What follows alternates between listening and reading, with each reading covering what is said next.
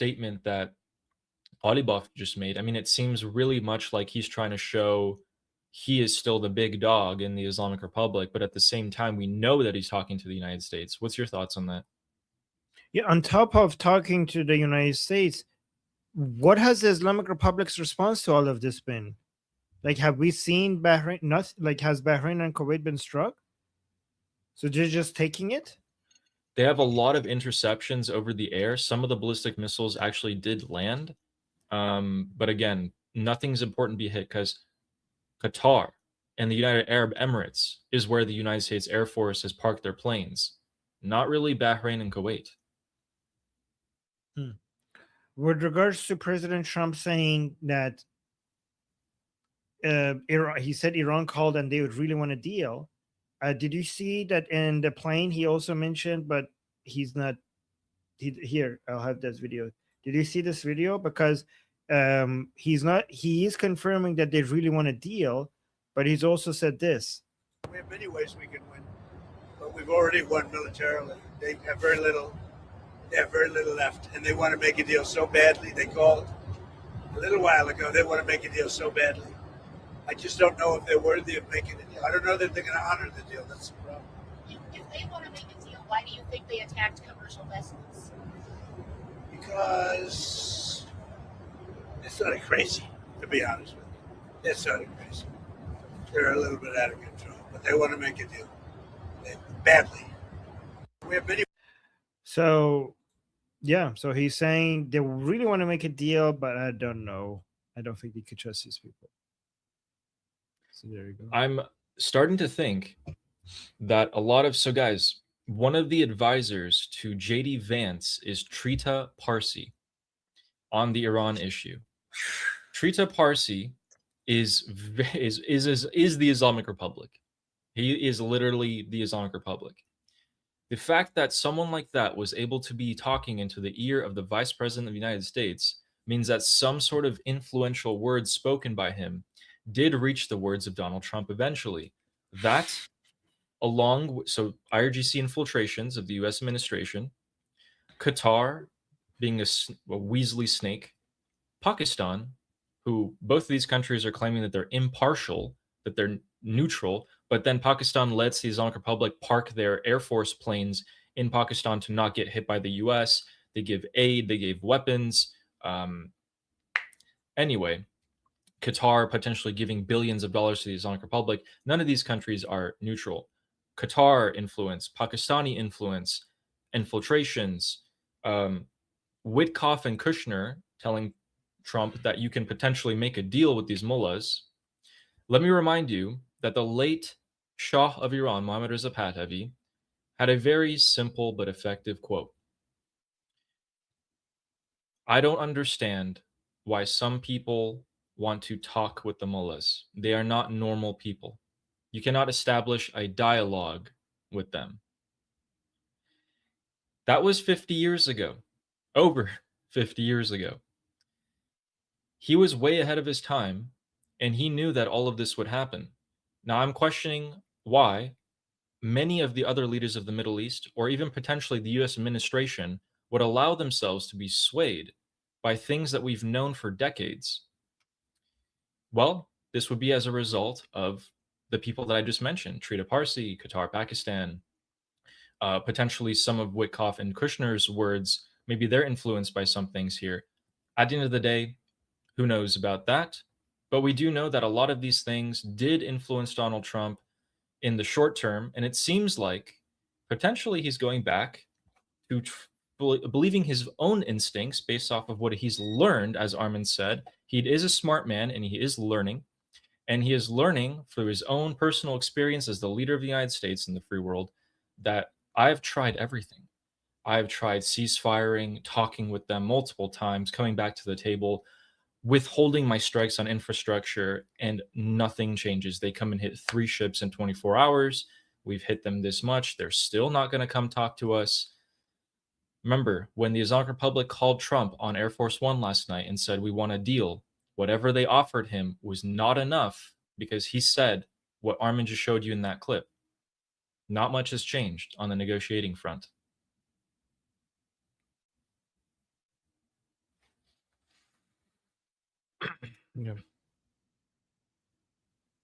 Yeah.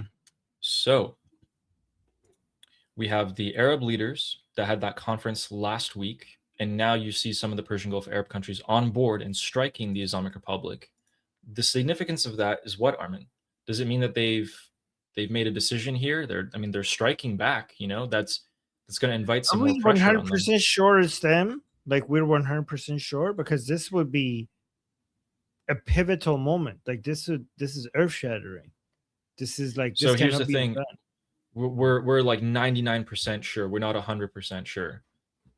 The facts that we have are this: Israel and the U.S. have claimed it wasn't us. We didn't strike tonight. It was not us. And then there was a lot of talk and sayings that we are seeing like airstrikes and planes come in from this direction. Some of them had their lights on, which is very unprofessional, but there were some different non-normal actors involved tonight, and a lot of people are pointing towards the Persian Gulf Arab countries who have not denied the accusations so far. Interesting.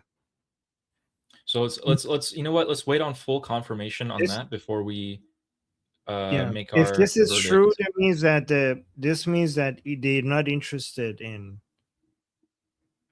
like they're gonna. This means that United States can, because it's not just because a lot of people say Israel drags the United States into these conflicts, and it doesn't, right?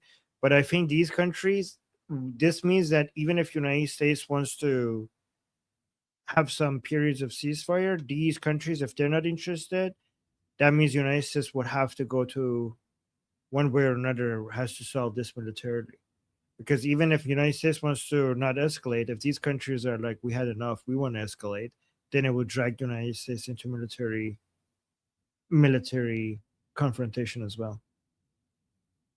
Yeah, yeah, and that also makes sense because Israel just said that they're gonna like multiple times more increase their military budget. They're gonna create a whole military industry for creating ammunition. Not only does that mean that they're preparing for a potential war, but if you want the other countries in the Middle East to come under your security umbrella, you need to sell them weapons. Right. I think, yeah. So quick I think yeah. this is looking good. This is looking really good for the Abrahamic Accords. The desperation in pushing back against the Islamic Republic is high. The Americans are very much motivated to eventually keep reducing their presence in the region. Israel will be increasing its military spending and interested in selling to the other countries in the region as long as they come under their security umbrella. This is looking right now is looking really good for the Abrahamic Accord. Yeah, Which was absolutely. President Trump's idea, by the way. Let's give him credit for that. Yeah. So the future of the Middle East, as we know it so far, is that the big players, as it looks right now, with certain stability, are going to be Israel, Turkey. If Iran is freed, then it will be a great player, a big player. And yes, so the United States is probably going to be leaving in the next decade or so to focus more on South America and the Pacific theater with China, which means that Israel is going to have to bump up its security budget and produce more munitions and arms to protect these countries and provide arms for them. They've already started with the United Arab Emirates and Bahrain. They'll get a few more on board, and they'll fight what Netanyahu called today in his speech the Sunni axis, countries like Saudi Arabia and Syria and others, such as other countries. So with that, I want to take a second here to and Armin, could you please do me a favor and pull up the school, the discussion group? Guys, we have calls every single day. These are free to join, open politics. We also have premium and VIP sessions as well, where we discuss the politics surrounding the Middle East and other countries beyond. We'll actually give you a Ukraine update very soon, a significant Ukraine-Russia update. But right here, if you click on the link in the description, or if you scan that QR code in the top left, you can join for free and you can talk to us. You can ask your personal questions. My sessions are not recorded or streamed. You can ask me whatever you want. We can have any sort of conversation. And Armin here has sessions every single day for a couple of hours. Those are recorded, and you can also ask him whatever you'd like there. So yeah, So, guy, if you want to find Ali's sessions, if you go to the calendar, if you look at the ones that has Ali's picture on them, those are Ali's sessions.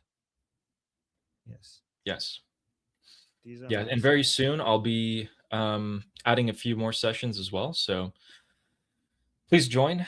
I'd like to see you guys there. And with Awesome. that, let's give a quick update. Let's go back to the map here so we can show you guys what is going on in the Islamic Republic of Iran at the moment. Right here on the northeastern border between Turkmenistan and Afghanistan, we have a big city, the second largest city in Iran, called Mashhad. And in Mashhad, the hometown of Ali Khamenei, even though he's not really Iranian, he is being put to the dirt today. He's being buried finally after 100 and I don't know 40 days or something of not being buried, which is a big sin in Shia Islam. He was being paraded around, or at least maybe his couple of his fingers left at this point, were being paraded around when the MEK, a communist Islamist cult, decided to infiltrate the ranks of the IRGC with military fatigues and weapons and started opening fire and have killed multiple IRGC members, armed members who are security during this event and are still at large. All of the prominent figures of the Islamic Republic are still there, being hidden right now until the security threat is over. The significance of that is that while the MEK is genuinely, they probably have maybe 100 members in total throughout the world, the Islamic Republic is looking really weak internally. They claim that they would bring tens of millions of people into the streets of Tehran, Qom, Mashhad, all the different cities where Khamenei's body was paraded around. They didn't even bring 400,000 people. That's not even, it's like 0.2% of the population of the Islamic Republic. We thought that the Islamic Republic had 5% supporters a few months ago. Recently, we were like, okay, maybe they have 1%. It's not even 1%. By the way, that 400,000 number, that's with security forces. That's with them importing people from Afghanistan, India, Bengal, Pakistan, Iraq. That's with them importing that, providing them free food, free housing, free transportation. 400,000 people showed up in Tehran for this. What an absolute embarrassment, to the point where even prominent figures in the Iranian opposition, so that would be us, opposed to the Islamic Republic, were surprised that so few people showed up. And this might be redrawing some of the plans that some people had for the internal uprisings to come. If the support of the Islamic Republic is so low, does that open other doors? We also managed to see more Trump bounties. So I'll mute that. On these posters, as you guys can see, it says $100 million reward to kill Trump, Netanyahu, Pete Hegseth, and Dan Kane, the leader of the armed forces, right under, Pete Hegseth and Trump. Dan Kane's probably like, what did I do? Like, I haven't seen my name there before. This is the first time I'm seeing Dan Kane there.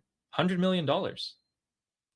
These guys, they don't have that much money, but hey, maybe someone's going to believe it. And I do believe, Armin, that this is actually causing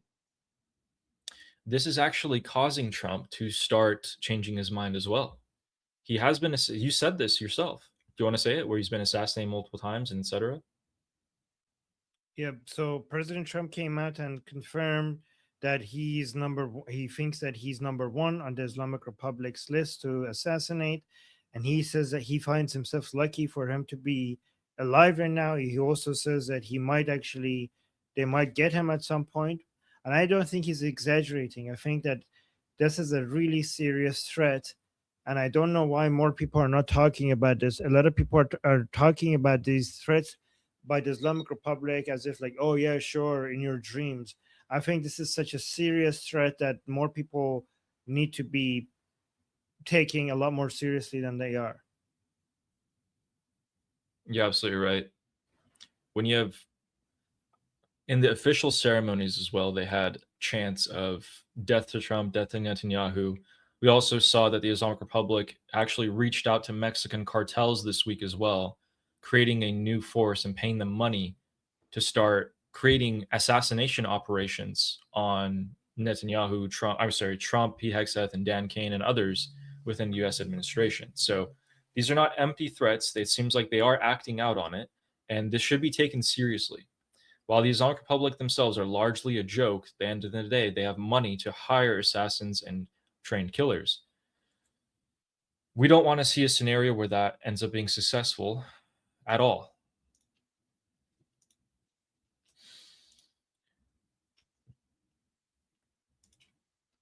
So with that, the Strait of Hormuz situation currently is that the first ship of the day, and actually of the last, probably 16 hours, has passed through the U.S. controlled corridor of the Strait of Hormuz, being the only one, an Indian flagship, World Godavari.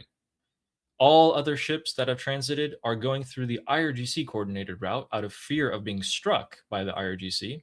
Previously, more ships were going through the southern part, the US corridor, but even with the US protection, tankers, jets, warships around, the US still wasn't able to stop the IRGC from hitting three ships consecutively within the matter of hours, leading to a decrease of trust of the US military in the Strait of Hormuz.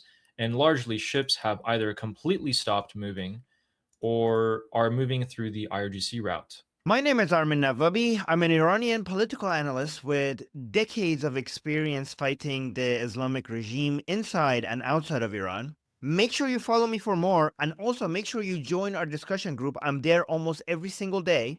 Come talk to me there and the rest of the people there in our group calls. It's a great place to meet and talk to people who like talking about politics. The link is in the description and or in the bio. You could also get there by scanning the QR code on the screen. See you there.